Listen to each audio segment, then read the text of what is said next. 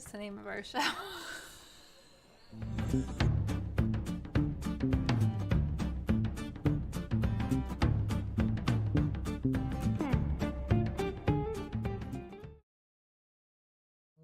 There it is. Hi, everybody. Welcome to The Large Glass. I'm Todd. I'm Terri. And this is our weekly show where we bring you a new artist in their studio to talk about how's everybody doing. How are you doing? I'm well. How are you? I'm doing okay, actually. Great. I'm loving some warm weather. The semester's over. Yay. So that's kind of a nice thing. Good to see all of you. There's Joseph Barbaccia. Hey. Good to see you. And Ben Hagenbush. Yep. Pumpkin Audrey is here. I'm Audrey. sure Shirley's there too. There's Mom. Hi, Hello. Mom. Nice Hi, to Mom. see you. We have a good show planned for tonight. We do. I'm excited. I am excited too. You know, if any of you out there don't get our newsletter, you really kind of want to get the newsletter because I got to tell you, Terri does a great job of writing the introduction for that newsletter. I know You make me blush. I've got to hold the torch up here for you. If you'd like to sign up for that newsletter, go to the Large Glasses Facebook page. Of course, like it, but also there's a link in there right now. And if you click on that link, it'll take you to a sign-up form. If you're not getting it already, you will get it. Mike Rader's here. Hey, Mike. School's out. Shirley's here. Yeah, sign up for that. Plus, you get to know what we're going to talk about in the next few weeks, which is kind of cool too. Right, because we kind of give a preview of who's coming out. So we do. That's a good thing. Yes. Should we have our drink? I'm excited to have our drink tonight. Yeah, I am too. What are we having? Well, we're going to have summer shandies that Todd makes.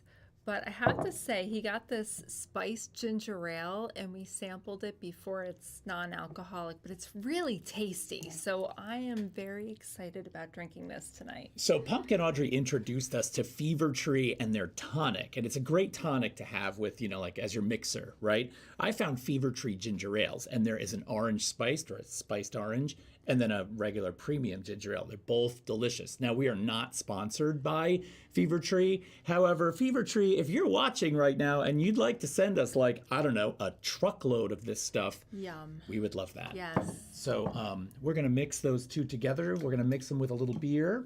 Yes. So a summer shandy is simply it is sort of like the beer's equivalent of the wine spritzer. We typically water down a beer with a little bit of ginger ale. And watering down isn't really fair because you're making it refreshing. You're making it flavorful. Yes. Do you want the spiced orange or do you want the regular? I kind of want the regular, if that's okay. The regular is fine. I'm having the spiced orange. So, all right, here's our ASMR moment. I'm gonna Mix it with a little bit of Stella Artois. I'm gonna pump up the volume on the microphone here. Here we go. Oh yeah. Now, typically the beer does not ASMR as well. The ginger ale certainly doesn't. No, the ginger ale offered us nothing. It's like blah, blah, blah. My goodness. That was thank you. disappointing ASMR right there. And then I've got a little bit of beer left here. Ooh. Bear with me for a moment. So this is kind of nice and definitely appropriate, seeing as how we're going to be getting into the 90s. The 90s this week. And speaking of getting into the 90s, tonight is our 90th episode. Oh. That wasn't planned, I swear. That wasn't planned. That was like a bad dad joke. I capitalized on a moment. Yeah, you did. Right, I've got... Quite a bit of head. Yes, I do. My apologies for that. Anyway, let us know what you're drinking in the chat. This is to episode 90. We're 10 shy of the big 100. The big 100. Which, by the way, anybody that wants to give advice on what we should do for the 100th episode, we're sort of in the planning stages on that right now, but we could use a little bit of help. We certainly can. Cheers. Cheers. Oh, Farrington is here. Hi, Farrington. I had a feeling you were going to watch tonight. And welcome to the show. We're so glad that you're here. Carolyn Thau is here. Hey, Carolyn. Let's see. Oh, Margarita's on the watch for Shirley. John Park is here. Hello. Tonight we are having mocktails made with Monday brand faux liquor. Oh, wow. Hi, John. John and Jess, both of you. Nice to see you. Shirley's like, I'm here. I don't think I put enough of the spiced orange in here. I was going to say, mine can use a little bit more of the ginger ale. Anyway, Summer Shandy's a winner. Here you go. Yummy. Thank you. So we have a few events that we need to talk about before we get into our artist tonight, right? Where should we start? Should we start with Brownstone? We could start with Brownstone. Okay. So the Brownstone Art Gallery in Brooklyn, New York is going to be featuring the work of Tony Starbuck coming up this week. So you can attend that opening. On Sunday. Yes, on Sunday from 2 to 6. Now, we are going to try to make that show. We often say that. Sorry, Sherry Biddle. I know we said we were going to make it out to that opening, and that just did not work out for us. However, we're going to try to make the Tony Starbuck opening this Sunday. So if you're in Brooklyn and you want to see a fantastic show, stop in to see that. Also, we are going to be talking to Tony Starbuck on our show on May 31st. We'll have him on the show. I'm actually going to be going into the city and interviewing him, so we'll have some supplemental video. So hopefully we'll fill that out pretty nicely. So that's going to be a great, great thing. So definitely make sure to get over and see that. Boo Jazz is here. Hey. Boo Jazz, what are you drinking tonight? You always have the best whiskey selections. Yes. What else we got? We've got some local events going on in our neck of the woods. I love May because everything's coming to life and everything is opening up. And since the pandemic, people are just itching to get out. So in Hunterdon County, there's a couple things going on. At the Hunterdon Art Museum, there's 2 new exhibits that just opened, both on the 15th. The first one is Maxwell Mastardo. It's called Dish Oriented. It's on it's mostly sculptural based. It's May 15th through September 4th. They're fantastic pieces, these really technicolor sculptures that are... A lot of texture. Yeah, they're beautiful. They look like vessels, but they're really cool. And then the other exhibit, which also opened May 15th, is Rena Banerjee. It's called Blemish in Deep Pink, Every Place Begins. That's up till September 4th as well, and you can go to the Hunterdon Art Museum and see them. Yeah, and that's actually looking like a really good show. The other show we wanted to tell you about that you really should get out to see is at the Art Yard. And it's called Ecstatic Decrepitude. That's one of the shows that's up, and that's going all the way till July 31st. But I have to say, they have another show up right now that's going to be closing very soon at the end of May, and that's called A Fistful of Drawings. So it's a lot of illustration pieces, a lot of portraits, and you have a couple days left to see that. And they have the Hatch Festival coming up in a month. So if you want to make your costumes and join us in coming out of a big egg, then make your costume and get on board. You know, I think we talked about this in the last episode, but let me just kind of like reiterate a little bit. So Frenchtown, New Jersey, which is where the Art Yard is located, used to be the home to a very large chicken hatchery. And so in a sort of homage to that sort of institution or industry, the Art Yard decided to create a festival called The Hatch. What happens basically is partakers in the Hatch, if you would like to hatch, you can go and participate in a number of workshops or on your own and build your own costume. That's usually bird related. And then during an event in June, everybody sort of has a parade. But the parade starts by you emerging from this massive, incredible egg, which, you know, is kind of both amusing and haunting and mysterious and really quite interesting. And then this parade happens, and it's really quite an event. And it's really beautiful because some of the costumes are very sculpturally based. There's some puppetry involved. I mean, they extend beyond people just dressing up, and it's really great. Oh, totally. We had such a good time making costumes. So, yeah, we went over for one of the workshops, and I think we mentioned this as well, that we sort of started making our bird costumes. So we are going to hatch. And you should hatch too. You should hatch too. I can't wait. Yes. I can't wait. So Ben says I can be Condor Man. Yeah, you could. Boo Jazz is drinking a standard martini with Reka vodka with lava rock filtration from Iceland? I believe Iceland. Oh my God. All right, so first of all, henceforth we will be taking all of our drink advice from Boo Jazz here on in, because that's just too much. Yeah. I love that. Yeah. Anything else to talk about? No pin winner this week. No. What happened there? I forgot. Can I? Sorry. All right. Last bit of fun before we get into our artist, and that's this.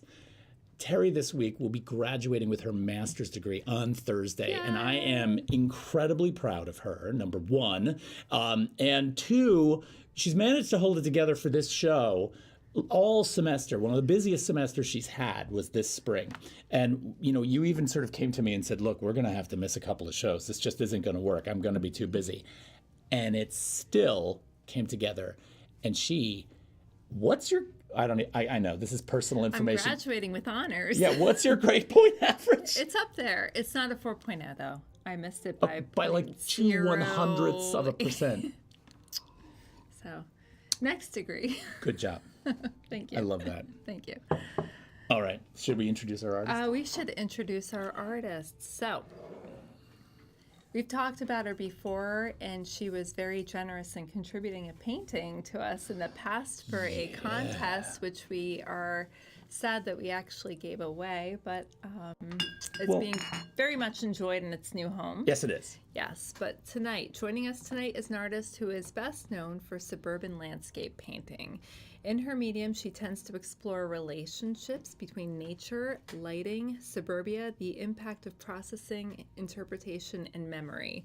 New York-based artist Susan Stillman was educated with a BFA illustration at RISD, and then she also has an MFA in painting from Brooklyn College, and she also studied a year abroad in a European honors program in Rome. Ms. Stillman has had numerous solo exhibitions regionally and has also been featured in group exhibitions as well. She has also been featured in a number of publications, including the New York Times, New York Magazine, Esquire, Condé Nast, Hearst, the Wall Street Journal, and many others. She's also an established illustrator and experienced illustration prior to getting into painting. I can't even tell you the number of things that she's appeared in. I have about 20 here. The New York Times, Daily News, Fortune Magazine, Life, Forbes, Psychology Today, Mademoiselle, Self, GQ, Money. If you can think of it, she's probably been in it. She's also illustrated cookbooks, children's book, one called Wind Songs and Rainbows, 1979 Ulysses by James Joyce Book of the Month Club. It was an illustrated centennial boxed edition. She's also an educator. There's so much to talk about for everyone watching us tonight. Please join us in giving a warm welcome to Susan Stillman. Hi, Susan. How's it going? Hi, so good to see you. Yeah, Thank you for having me on. We're really excited to have you, and thank you so much for spending some time with us tonight. We're super excited to talk to you. So, by the way, cheers with you have a ginger ale right there, right? She does have a ginger ale. So there we go. I'm a huge fan of your show. Well, we're a huge fan of your work, and actually, when you gave that painting to us to give away, we didn't know what to do. We were kind of like shocked. And actually, the recipient of that painter is in the audience right now watching. She says she has it right by her and she's enjoying it thoroughly. Nice. That's wonderful. I hope she's enjoying it. I believe she is.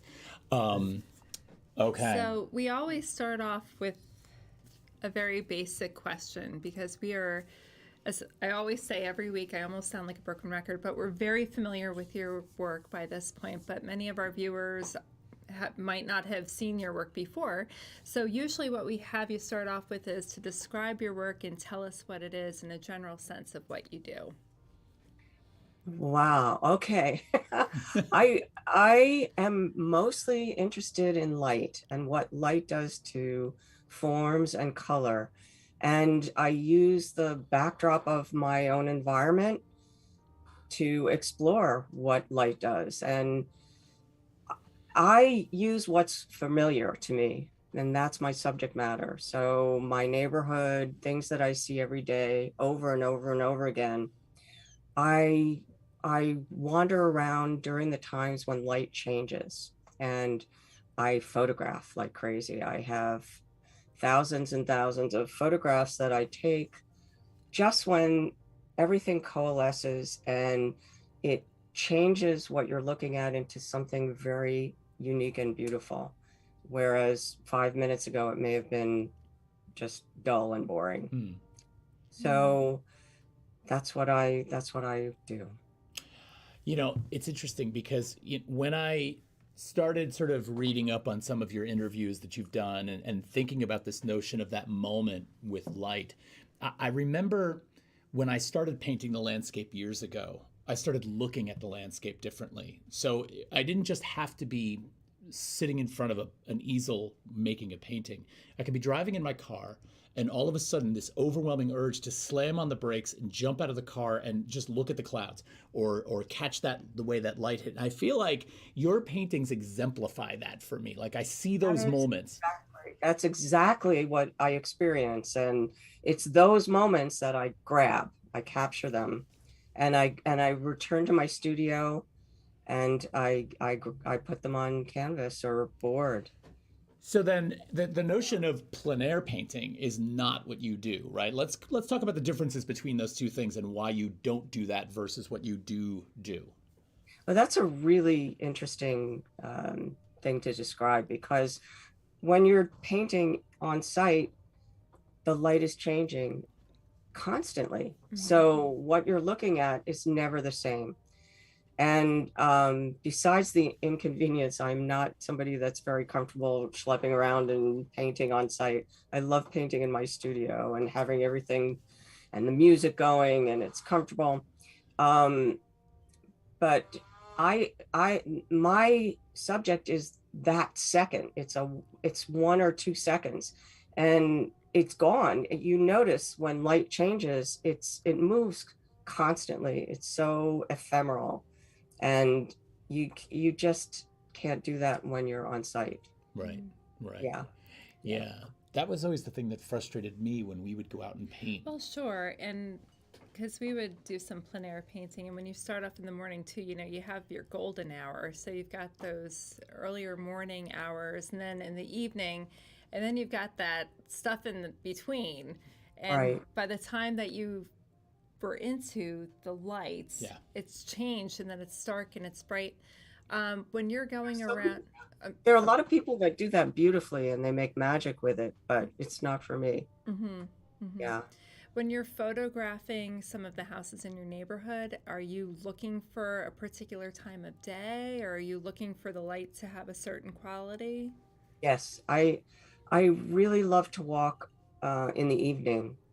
It could be in the morning, but it's basically the bookends of the day when the sun starts to change. It goes low, and everything gets very saturated, and it throws these bits of light on things like fragments, and you just watch that move. And I'm always taking pictures, and I walk probably about an hour before the sun starts to set, an hour, hour and a half before. Yeah. It could be in the morning, but I'm not a morning person. So I've always been interested in the realm of color theory, and I have a feeling this applies to what you do, but in the realm of color theory and the way in which light hits an object, and let's say the leaves on a tree, for example, and the leaves on the tree absorb the full color spectrum of that light with the exception of what color that thing is. So in this case, a leaf is green, and it bounces back the green of the leaf. So okay, there's that moment. But if we think about the angle of the sun in the sky at those two moments of either like dawn or dusk, and how sharp that angle is, or I should say low that angle is, I think there's something in that, and maybe I'm getting way too technical here, but I really enjoy that kind of technical side of it. I'm curious about, number one, you're a teacher, right? So I know that you deal a lot with color in your teaching, and I'm curious about how your thoughts on color theory relate to this, if at all. And by the way, Joseph Damiani, first time chat viewers saying hi, Todd and Terri. We just wanted to say hi to him really quickly. Welcome to the show. Thank you for that. But Susan, how does color theory, if at all, play into what you do? it's huge, actually. One of the things that happens at these bookends of the day is the saturation is intense. So I like a very high saturated palette, and I really enjoy what happens. Also, you'll see, depending on the time of year, the sun will change color. It will get redder. Right now, it's amazing. It's just everything gets golden in such an intense way. And the greens change, everything, seasonally changes so much. So the spring greens that you're seeing now get very yellow. It's just endless changes. It's never the same. So it's all about color. It's all about tonalities. Yeah. So, did you want to say something?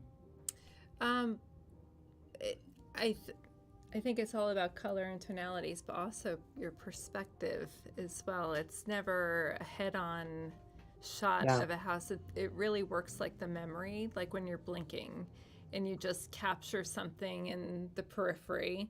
And you remember little bits and pieces as well. Like this painting right here that we're looking up, I believe this is a larger painting, but it also reminds me of other artists coming into play, like Tebow. This reminds me of like his San Francisco City when he's going down the line. And then there's like some Hopper-esque kind of references and stuff like that. But the perspective is very interesting to me too. These glimpses and these little clips of the periphery.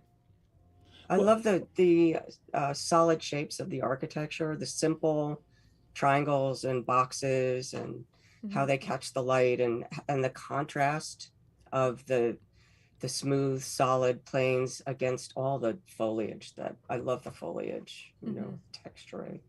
Yeah, I love to see the way you handle the various ways in which you handle, say, foliage versus the street in this, or foliage versus the siding on a house, and how there's kind of a earlier I thought of this thing. Hold on, and I even lined up 3 slides for this because I just wanted to kind of make this point.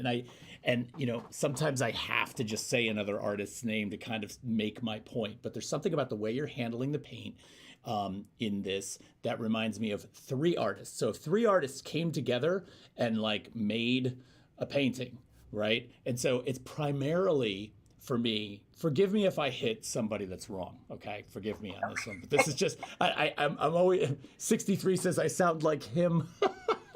63, I am kind of doing that right now. But let's see, if Diebenkorn and Hockney had a baby, and they just had a little bit of soutine, right?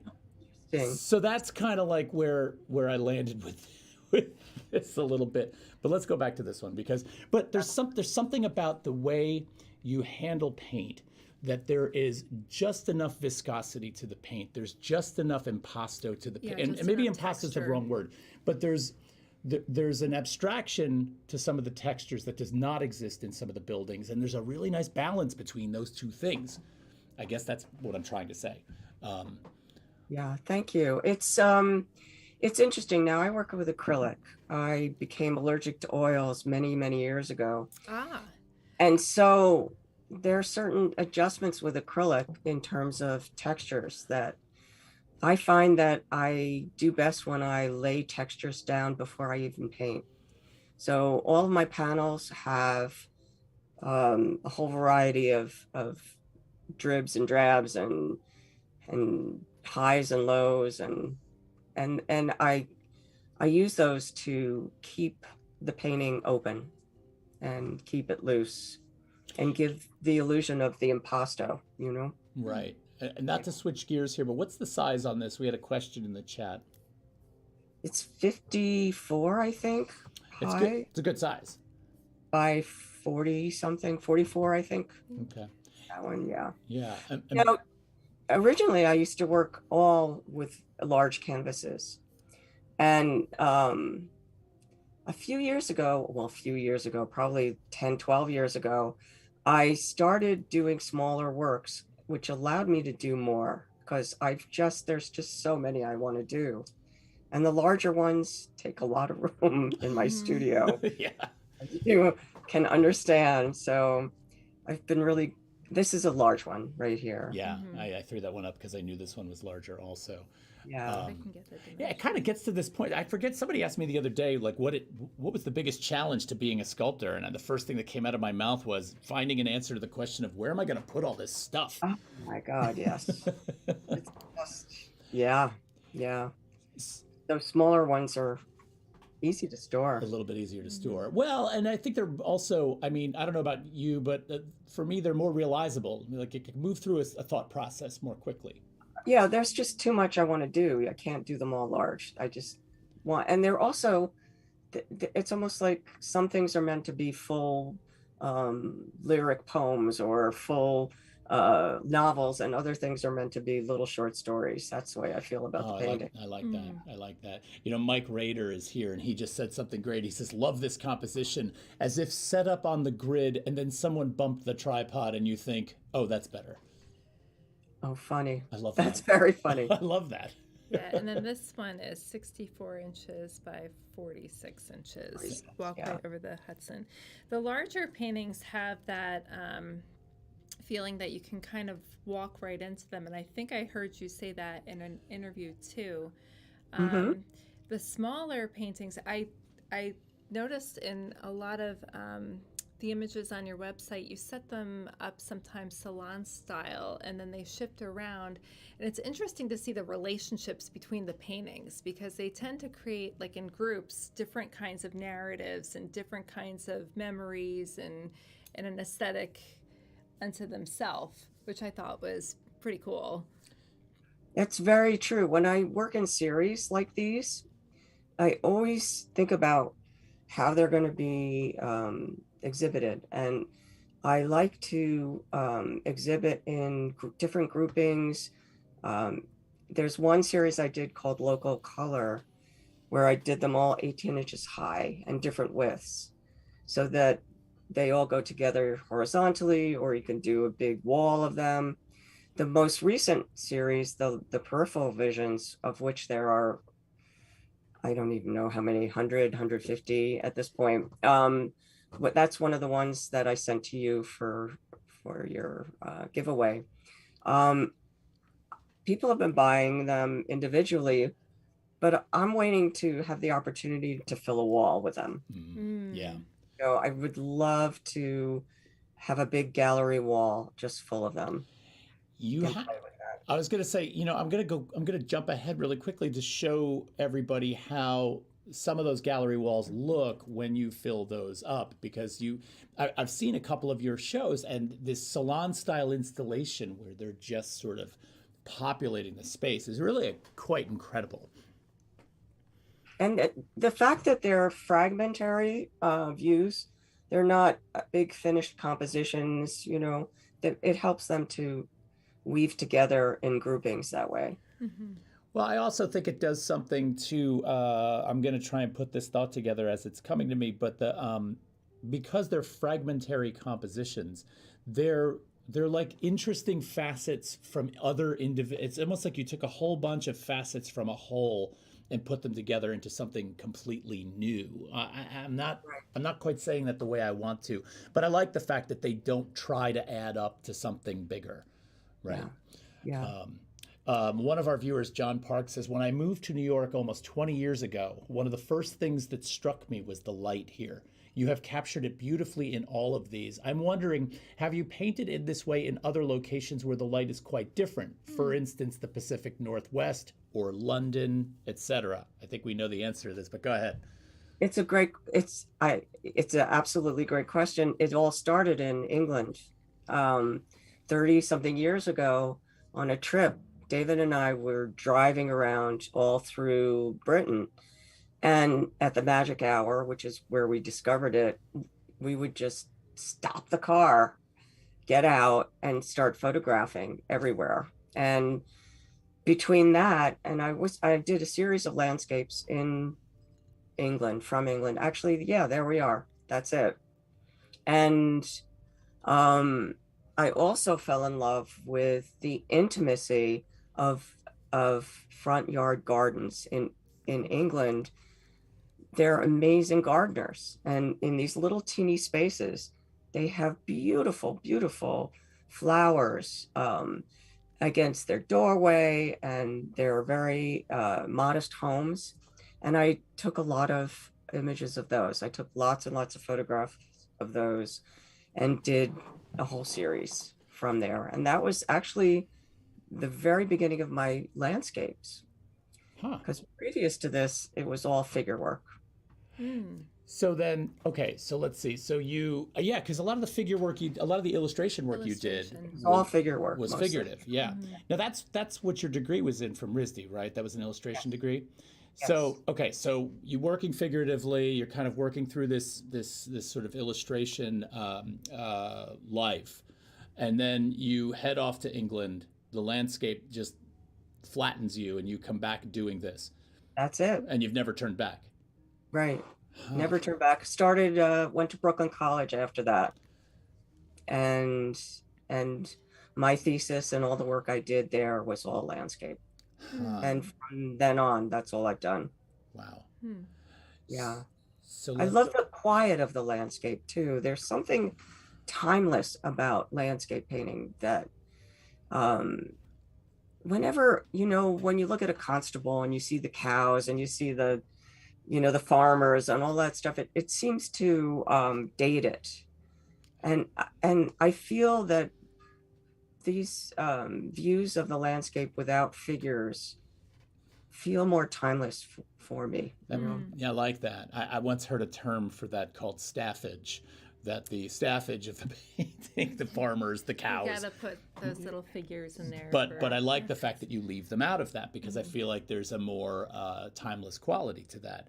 Yeah. You made me. You had said in an interview, I remember hearing you say something about how the landscape also offered you a window in the pandemic to visit places you were no longer able to visit.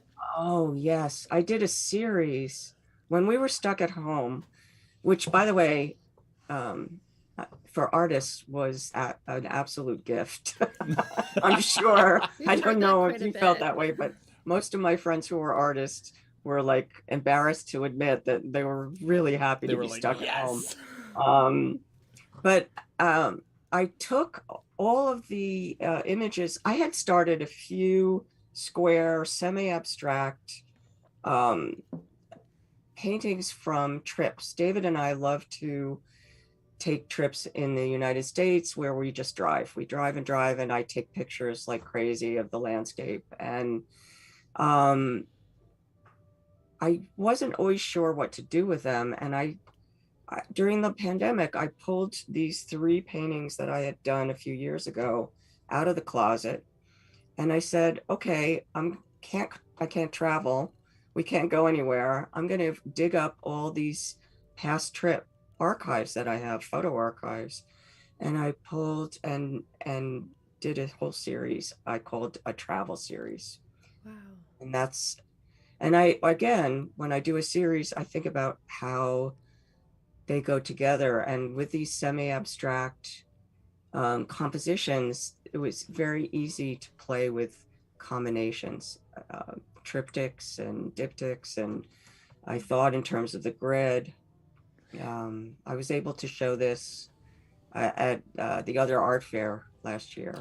I'm just starting to think of this now, but it's interesting how we look at one arrangement of your pieces in a gallery or on the wall in your studio, and it has this kind of the nature by which it's hung says, I want you to sort of put this together, even though there's nothing pictorially that says put this together. It's the hanging. And then we get to something like this that's much more gridded in fashion that says, okay, it's automatic that this is put together, but that the images sort of start to kind of have a left to right read or a narrative to them, or maybe something about the locations of the horizon lines that all kind of now pictorially sews them together. Mm-hmm. Is there a difference between these two things for you? Like, do you ever think in terms of the way you hang one way or the other? I actually think about it all the time, and I make my students think about it. I love that by putting 2 panels together, you start a conversation, no matter what it is, and it starts to become some sort of narrative. Now that could be a story narrative, or it could be something like this, which is purely compositional narrative. Mm-hmm.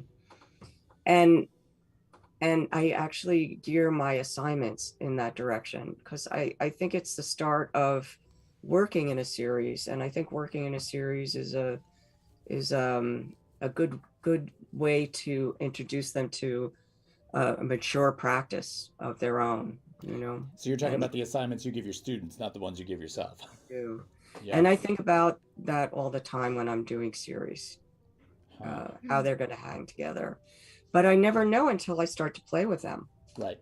Right. Yeah. And it's Uh, very, I do it on the floor sometimes, you know, I move Yeah, things I around. think I Yeah. saw that in one of your videos with the way that your studio is set up. There's some work on the walls, but there's also you're constantly moving things around on the floor to kind On of the examine the floor. Yeah. relationships and Yeah. such. Do you work on several paintings at a time? Very much so.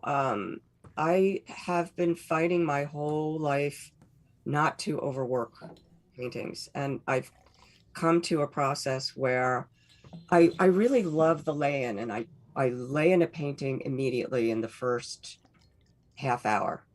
I have the large shapes of local color. I don't do under drawings. I don't do under paintings. I just start right up. Mm. And I will work on it until it gets to a point where I'm not sure what to do, and I put it aside and I start another one. And I could have 10, 15 paintings going at one time. Mm. Little ones, maybe more. Big ones, maybe I have 3 or 4 at one time. But I need to get away from them, and I need to stop, because if I work too long, I'll lose that thing that I love about it, that immediacy, that openness. Mm. Yeah. yeah. Glenn Lavertu is here, and he says, "Are there any landscape painters whose work are, unlike Constable, timeless? Turner, Thomas Cole, Wayne Thibault. Have any of them affected your work?"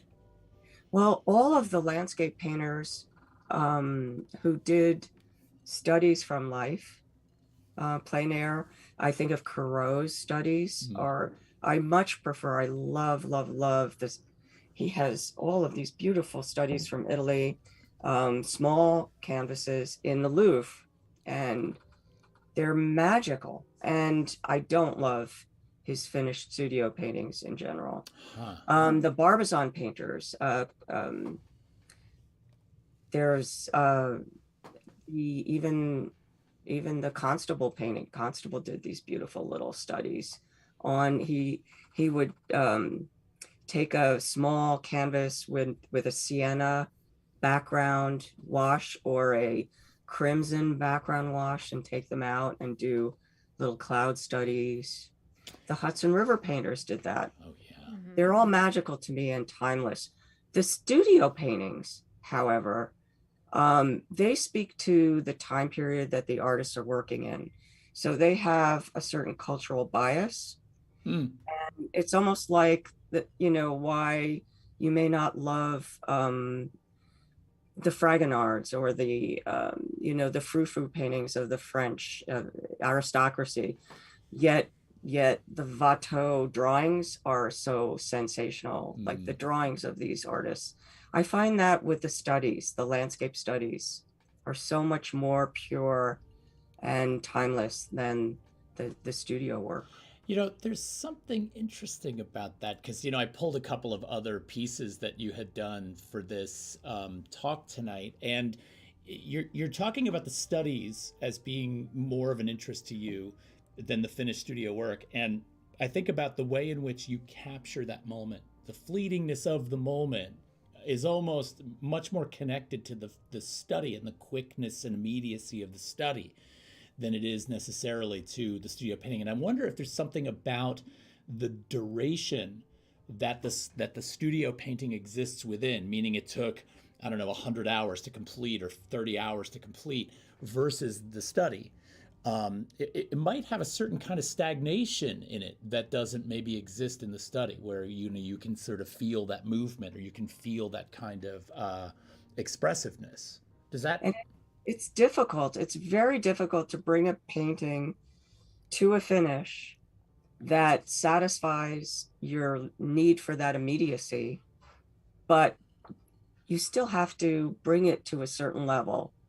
So it's a very tricky process for me. And I've gone back and forth many times over many years, trying to keep that balance of finish and freshness and immediacy.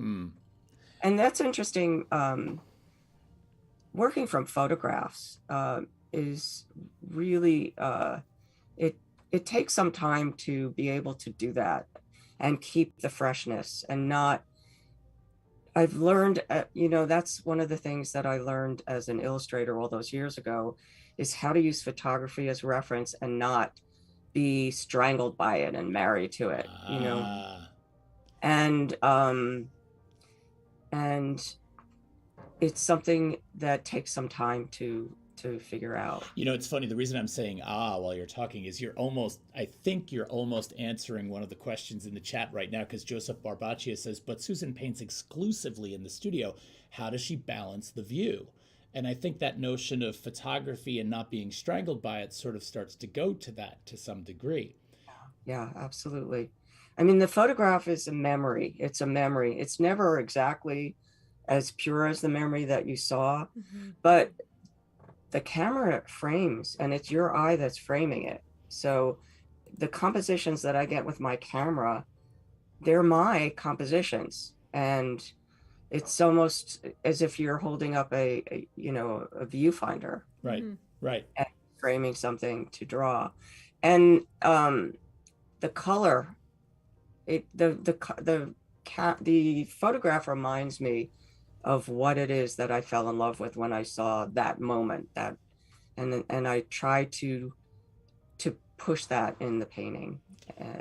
So yeah. I know it's the camera is more of a tool in this capacity, but like one of the biggest challenges with cameras is capturing what you're seeing.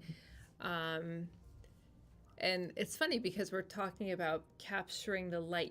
You don't want to overwork it. You want to catch it right at that right moment. But yet the camera itself gives you that challenge, because even this evening we were looking at the way that the light was hitting the trees, and it was so glorious. You could see the light come through the chlorophyll leaves and that beautiful green. And I'm like, if I took out my camera right now, I would not capture what I'm seeing.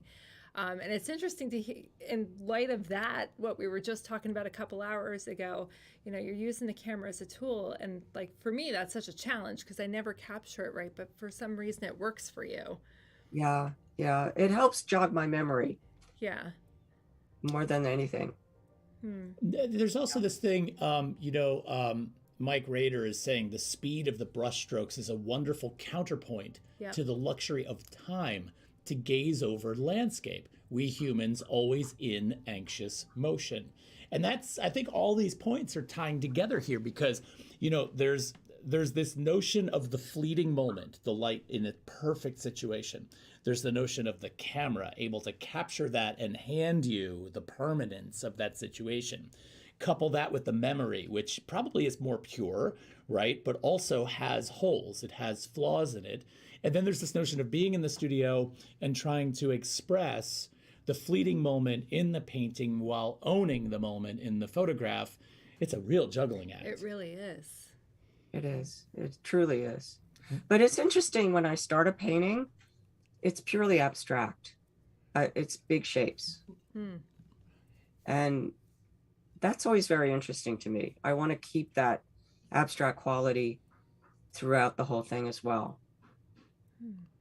Yeah, there's like this, in that respect, where you sort of block in and you start abstractly, and then it's almost like you're pulling it into focus, right? It's almost like you're waking up, or you're seeing something for the first time. It's coming into view. When you're drawing from the model, when you're drawing the figure, you want to kind of have a connection with what you're seeing and what your hand and your arm are doing. And you want that to be almost a Zen-like pure connection. Yeah. And I make my students use their whole arm and not do this, this thing like you do when you're writing, which gives you strangulated, tight, horrible drawings, right? Right. I do that with the paintings. When I'm looking at the photograph, I consciously imitate that experience of drawing as if it's going to disappear, painting as if it's going to be gone. And and again, I learned that many years ago when I was an illustrator, and I had to keep my freshness to my paintings and my drawings, even though I was working from photographs, things that were static, you know. Right. So it's like tricking yourself. You have to keep it open and keep it fresh.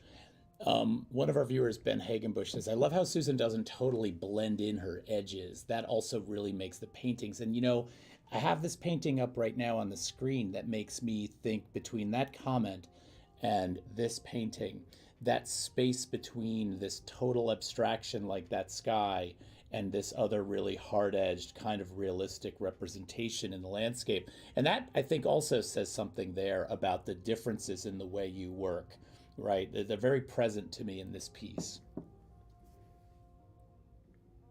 So, Yeah. Yeah. That sky, this is across the street from where I live. That's Nancy's house. My neighbors.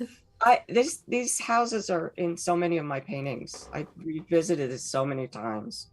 So many of these motifs get repeated and repeated and repeated.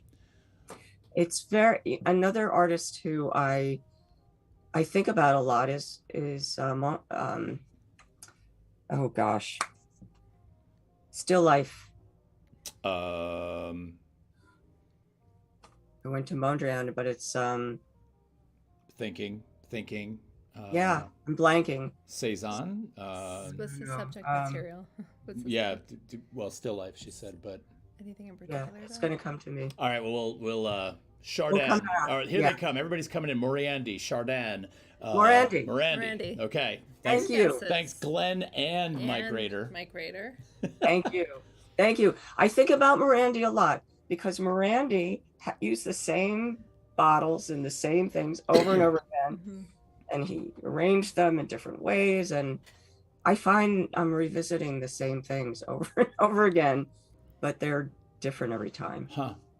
Yeah. Yeah, and that's actually kind of reminiscent of the idea of going out for the walk, right? Because, you know, in any kind of sculptural composition, You have for your example, stomping ground. well, and in that stomping ground, as you Yes. move through that space, Yeah. those compositions constantly are changing. Shift and change and give you a new composition. Yes. And what's also really nice, Susan, and I just want to point this out, but this is kind of idiotic, but I love how we're talking about fleeting light and fleeting time, and you're sitting next to this big window where we've watched it go from daylight to sunset, stormy. and the wind is blowing, and it seems like the perfect setting to talk about this. So that's very well done. Yeah. This is where I've been Zooming my classes for the last 2 years when we were online. So what does a typical day look like in the studio for you? I mean, how do you start out? Do you have any rituals you like to engage in? Oh, wait, we got a question from John Park. We have two things going on because Mike Rader follows with a comment as well. Okay, so let's see. John Park says, I'm curious, how technical are you with the photography? For me, if trying to capture the light play you paint, I would definitely be using manual exposure controls, etc. So I guess it's a technical question around the camera. I am on my iPhone. I used to Wow. use a camera. I just have my iPhone. I'm not interested in quality of the ultimate pictures at all. It's just capturing, you know, that light, those compositions. Got it. And those Yeah. things, And I used to print things up. Now I have a big iPad. I throw everything that I'm interested in on Dropbox. I have a little music stand that I put my iPad on. it's interesting how that might have changed a little bit too, because there's a very big difference in the way light is represented through something that's printed Yes, versus Very much so. technological. Yeah. Yeah. It's much more luminescent. yeah. Yeah. Mike Rader says, my favorite hoppers are the ones without humans in them. Nice to just take a step back and look at our surroundings. Lovely work, Susan. Thank you. Yeah. So back to a typical day in the studio. Anything to sort of note? Any kind of ritual stuff that's got to be there, or? Usually covered in paint. I have my, you know, my apron that's covered in paint. I'm a very messy painter. That surprises me, actually. I don't see that at all. This is not my studio here. This No, is I know. the front of the house. This is the front porch. But I put the music on and I just start. And What Yes. kind, What kind of music do you listen to? Yeah, someone's about to ask that question. There's somebody who always asks that. I like vocal jazz. I like mellow jazz. I like singer-songwriters.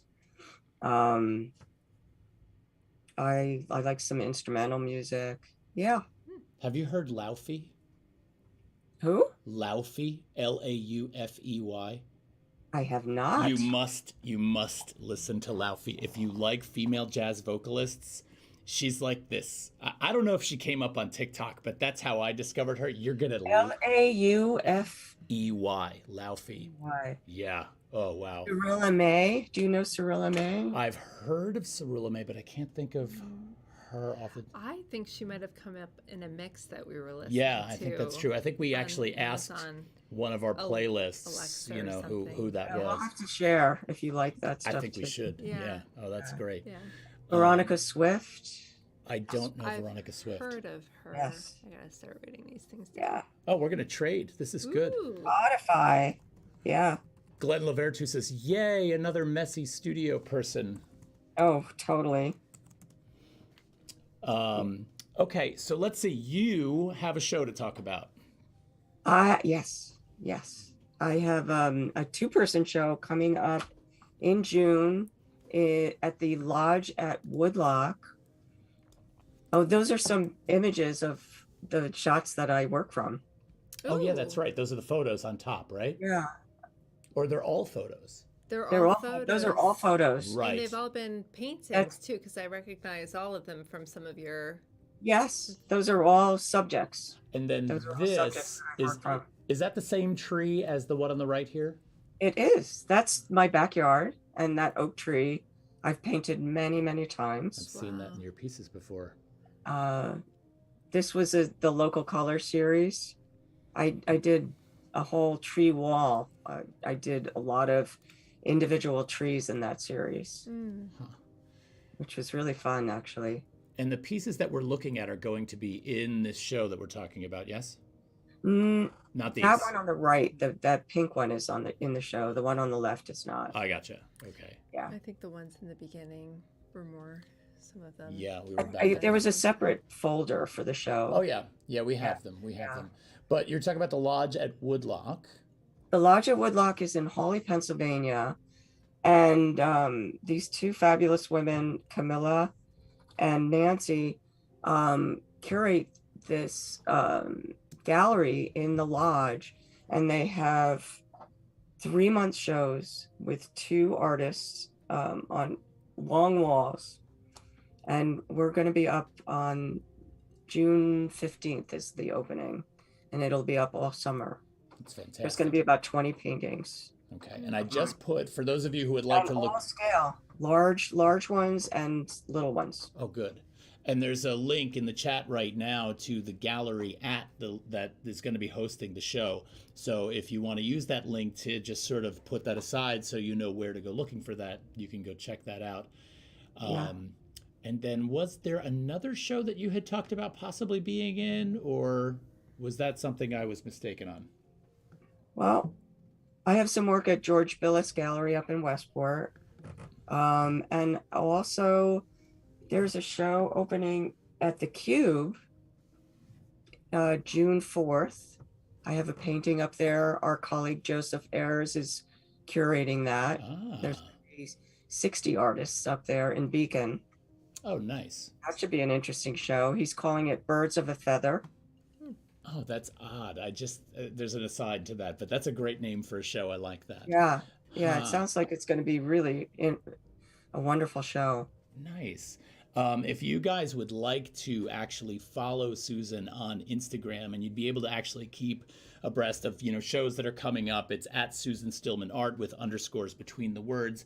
Also, if you'd like to check out her website, you can go to susanstillmanfineart.com. So both of those are available to go check out more stuff. Were you going to pull something up? I saw you. Well, there were a bunch of images with the salon style stuff, and I just wanted to for roll through those real quick. Some salon style installation stuff. Yeah. Okay. I know that that one's not up for your show or anything like that. I just like that image because of the ghost image of the guy in there and stuff. So, Just to get a sense of scale, hmm, really. Right, yeah. right. And then there were a few more that we didn't see before, like this one. Hmm. This This was that tree wall I was telling you about. That was the series Local Color. local color, yeah. And so there were about 60 panels, but so many of trees that I put them all together, just the trees, and I thought that was really fun. Well, and I also think that this goes to this idea that I really enjoy the way you think about the different ways to organize these pieces, because something like this, where the gaps between the pieces are so small, but the images are so different, that the bleed together becomes this interesting point of note in how they all kind of relate. Hmm. Unlike something like this, where the spacing is now considered enough that they live alone but begin to kind of talk to one another. So I like those differences. Yeah. Yeah, I'd also like to see them in a horizontal line across. So you Yes.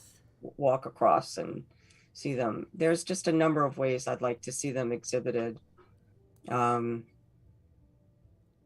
yeah. Because that kind of has that feeling to me, It does. right? There's like these are not together, but they are together. Um, Now, they weren't painted with the intention of putting them together like this, but I did that afterwards on the floor in the studio. And the one in the middle was just different, so the trees became the flanking ones. Hmm. And these trees kind of reminded me of the Barbizon